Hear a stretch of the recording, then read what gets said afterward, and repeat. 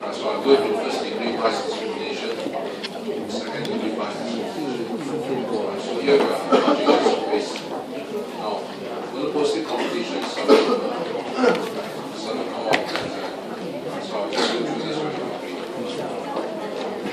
Now, in the case of monopolistic competition, as you can recall,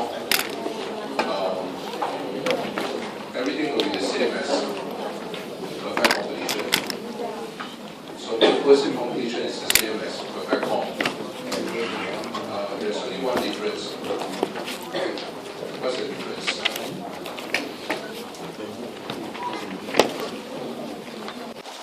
You notice everything is the same except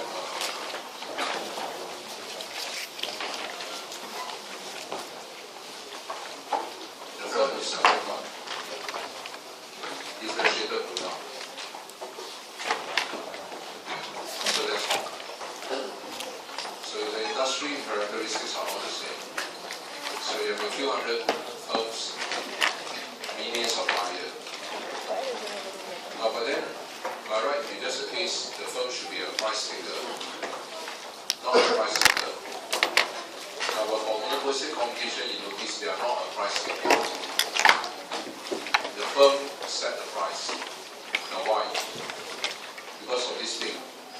So once you take away the assumption of homogeneous goods and replace with this, then the firm suddenly has a lot of power. I think you see this in the real world. Cars, everyone knows more use. When you drive Mercedes, you can charge very high price. Right? Is it the best? Not necessarily.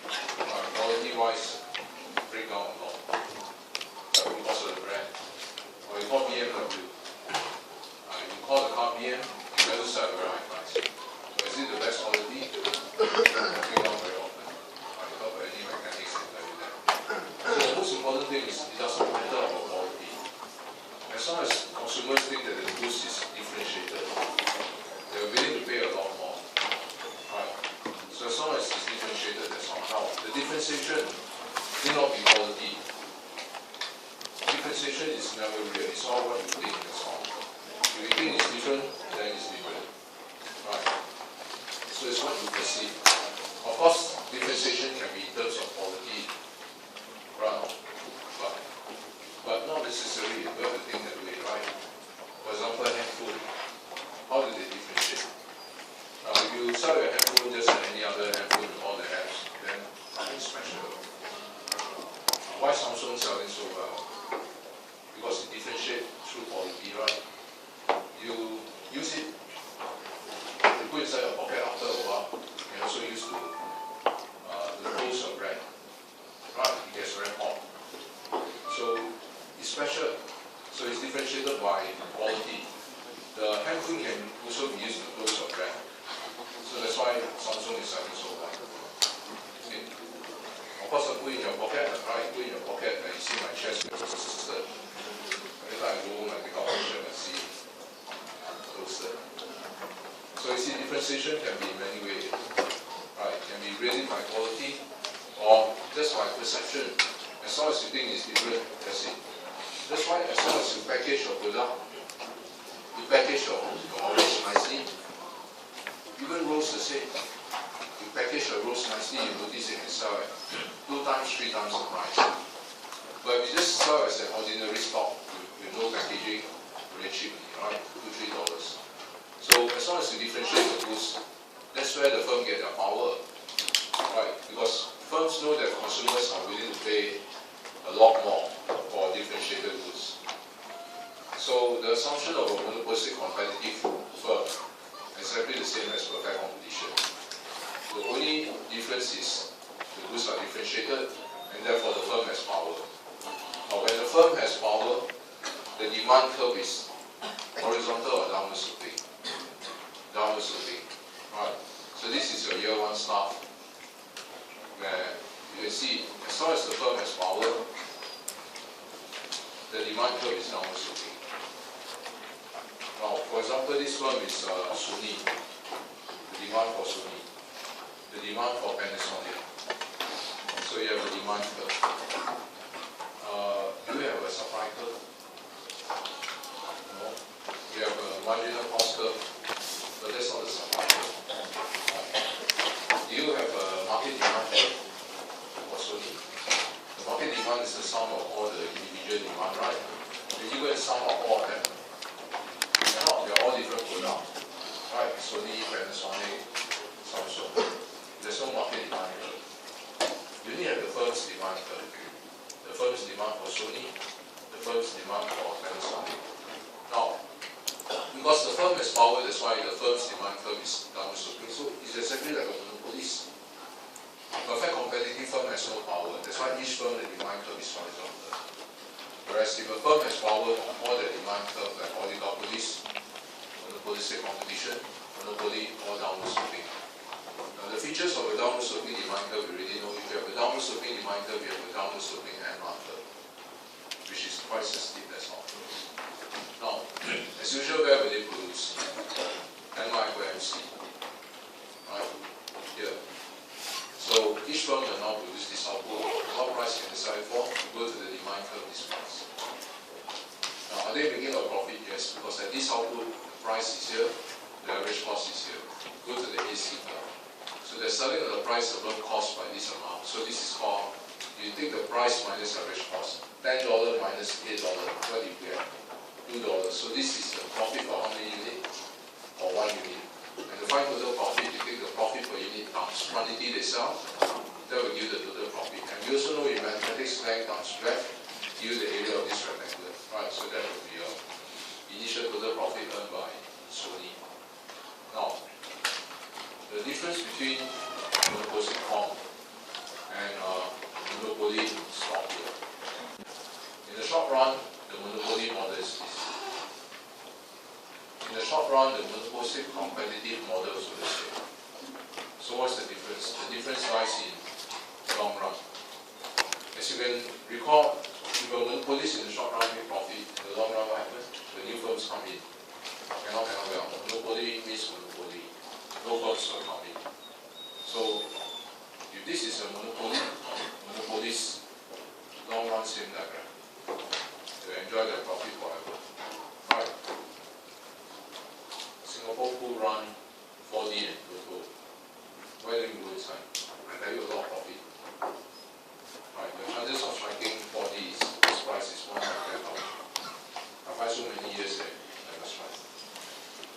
10 years. And I work very hard. I don't give up. I get poorer by the day. So you think it's easy to strike 1 out of 10,000? Toto even harder. 1 out of 1.3 million. I don't know how they count. They say 1 out of 800,000. 1 out of 800 million. 1 out of 800 million, I don't think so. But anyway, no mind. Even that 1 out of 800 million is very hard to strike. 800 million people buy 1 first strike. Okay, but of course, having said that, you have to worry, you should not give up. Because Singaporeans are lucky. Every week someone strike. So you see, we are all very blessed. So we can continue to dream on and dream. So why don't you go into Singapore, go into Toto body? Cannot, right? Monopolist. So therefore, the long run, the model is the same. But this model, is it free entry? Yes. Now, if it's free entry, you must know. As long as free entry, the profit cannot last forever. Sony used to be the dominant player. Right? But you look at the last 4 years, if you look at their annual report, every year lost so much money. Before that, they were the king of consumers electronics. Right? But you see, as their profit, new firms come in, as more and more firms come in, what will happen? Once profit, new firms enter. But the adjustment mechanism is different. Is it the same as platform? Alright, the adjustment mechanism is through that. Not. It's certainly not through the supply curve. The more firms come in, where the supply of Sony increase. Never mind. So the adjustment is through that. The demand side. Because when the new firms come in today produce Sony,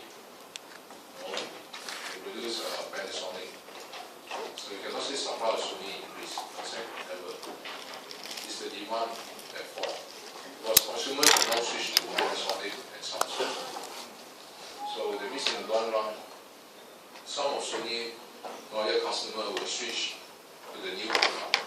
And so therefore, the demand for Sony will fall until where?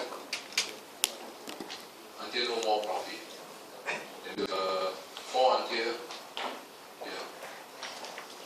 you will shift down until it's tangent to the average cost curve. Now I think that's the lowest you can go down. Right, you cannot go down some more. So the demand for Sony will keep falling until now obviously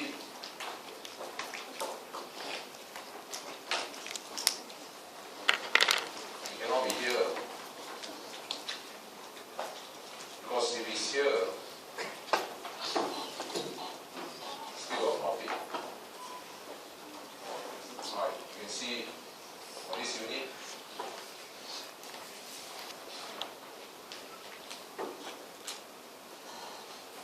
still a profit.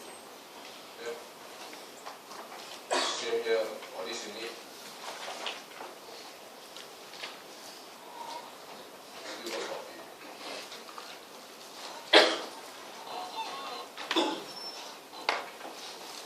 So I think as long as still got profit when new firms enter, they will come in until when? In the long run, the demand has to fall here. There's no more profit. So no more profit means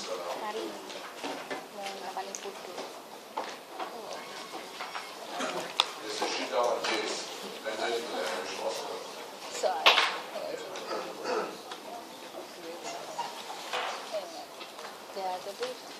This is the maximum. Because if we still go and shift it down, what will happen? See, if I shift it down to here, every firm will break down. Losses. Understand? That's what you need. So that's how far I can go. Tangent to AC. Understand? Can it be further down? Lower. Stop. Here, just break even. Now where will each one produce? Where will each one produce? Don't think you need to think. Only one point. Where's the point? Nothing to think, there's only one point here. And the point. They will produce here. Why? Because this is the free point where they break even. This is the point where the price is equal to one.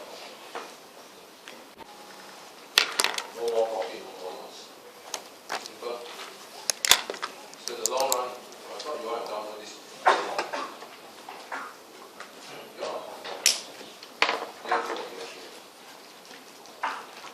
You just finish your control it. For your year 3. For year 1.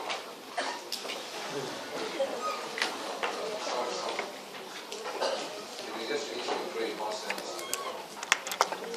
Okay, I ask you, why don't they produce this one? Also, it's right. The price here, this is how we go on. Why do they produce this quantity? Also, it's also the price below the AC. Okay? So, the long run, nothing is changed. They will produce at only this point, at this point. They bring it with no more profit, no more loss. And that's the reason why you can stop, because no more firms to run around, nothing there. So that's why you can see from this graph. As long as their profit cannot be sustainable, because when new firms come in, some of Sony loyal customer will switch to where? Switch to what? So they switch to Akira. And so the demand for Sony will fall further until the limit is here. Simple. No more profit, no more loss. And so they will produce at the point of tendency. This quantity. Definitely. This is the only quantity where they break even. Because at this quantity, the price is here, AC is also here. Finish. So long run, no more profit. At times, losses. What's the more and more competition? You look at powerhouses, Sony, Panasonic, Sharp, all these has been making losses for 4 years. Right. The competition is very strong. Until the Japanese Prime Minister become desperate. Anyhow print money. Like, why anyhow print money? To save all this company. Every day print yen until what? Until the yen value fall, then they can export. Remember, if you purposely cause the currency to weaken, then Sony will be cheaper, right? All the goods everything cheaper. So they try to export their way out of the recession. So they imitate US. Which what the American government has been doing, right? Every day print money, why? To make all the American goods cheaper. Right? When the currency value fall, all your goods suddenly becomes cheaper, not because the price is lower, but the currency effect. So the Japanese government was so desperate. After the property bubble collapsed, property bubble burst in 1990, until today the Japanese has never seen daylight. They use whatever the American has been using, fiscal policy, monetary policy, everything they use. Until now they are using the most desperate thing. Okay, never mind that the yen collapse. Good for all the companies. Right. They are trying to save all the companies. Sony lost so much money until Sharp, bankrupt, someone bail out. Sony lost money and so badly. Last year they had to borrow 1,000 million US from the market. Right, through bonds issue. So therefore there's only one way to do it. Make the yen crash. Everyday free. So Japanese goods become cheaper, people will buy. Not only that, they earn all their income, most of them are from export, US dollar. Convert to yen also, make a lot of yen. So now all will show profit. No, so it's just accounting. If your yen is very weak, since you sell in US market and all that, right, you collect US dollar, one US you can exchange back to more yen. Okay, so the demand anyway for Sony will fall. So competition is very strong. Once you have new entrants, you cannot stop. Until in the long run, every firm make just break even. Then you stop. Now also in the long run, you notice the demand curve becomes better.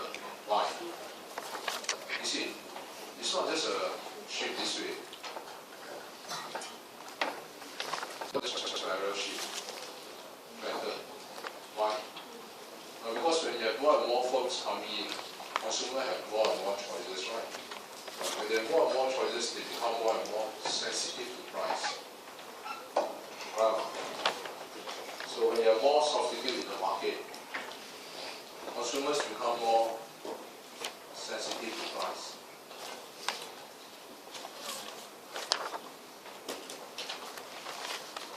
So with more substitute, the demand for each one will fall. Not only that,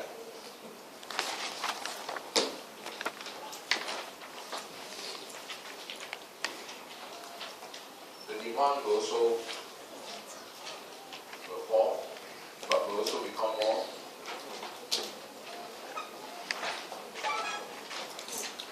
sensitive to price.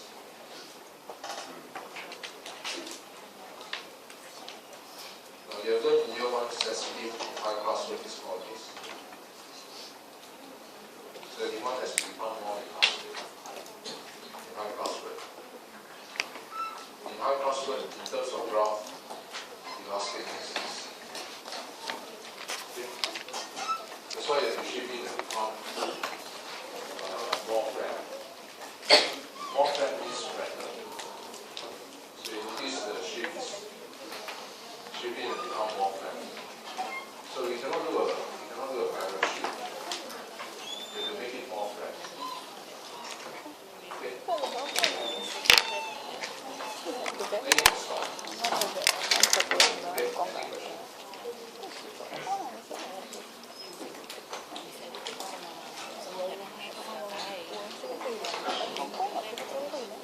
Okay, if I ask you a question, in the long run,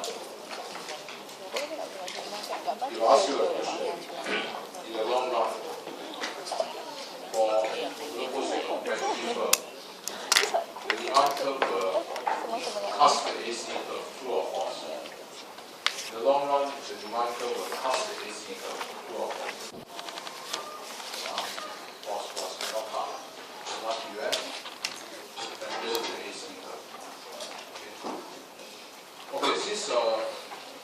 see any exam question on the question call. So I don't want to waste too much time on this. This model, so far, 25 years P1, plus the advertising and the conference time.